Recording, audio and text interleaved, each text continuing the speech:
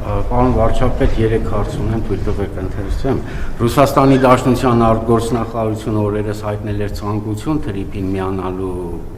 մասով, որպես հիմք վկայակոչվում էր 21-23 թվականների եռակողմ Հայաստան-Ադրբեջան Ռուսաստան այս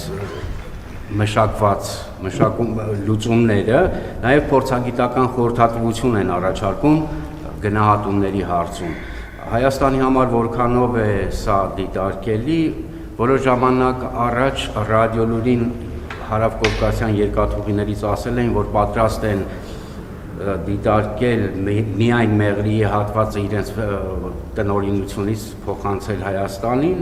այս մասով ինչ կասեք, Հայաստանը դիմել է թե չէ եւ դիտարկում եք արդյոք այս տարբերակը, սա առաջին հարցը։ Իրոք Ես թվում է 3 հարցեր։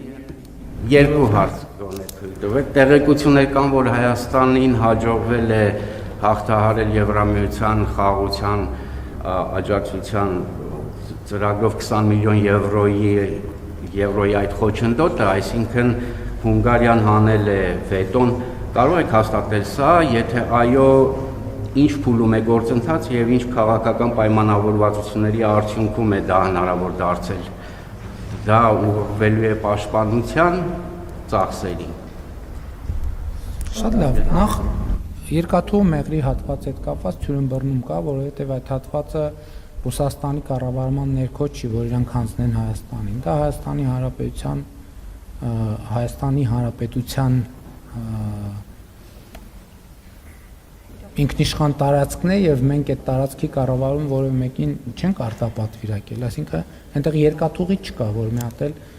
կառավարվեր որևէ մեկի կողմից, այսինքն տենց թեմա չկա։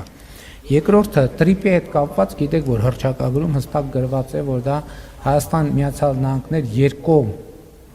նախագիծ է եւ երրորդ երկրների ներգրավվածությունը կարող է քննարկվել միայն երկկողմ ձևաչափով, այսինքն դա հստակ ձևակերպված է եւ այս շրջանակից դուրս մեկնաբանություն տալը կոռեկտ չեմ համարի, բայց նաև ասեմ, որ ես Ռուսաստանի Դաշնության մեր գործընկերներին խնդրել եմ շտաբ կարգով զբաղվել մասնավորապես երկաթուղու երասխից մինչև Ադրբեջանի դեպի Նախճեվան սահման եւ Ախուրիկի հատվածի մինչև Թուրքիայի սահման ամբողջական վերականգնմամբ եւ կարծում եմ նաեւ ես առաջիկայում նաեւ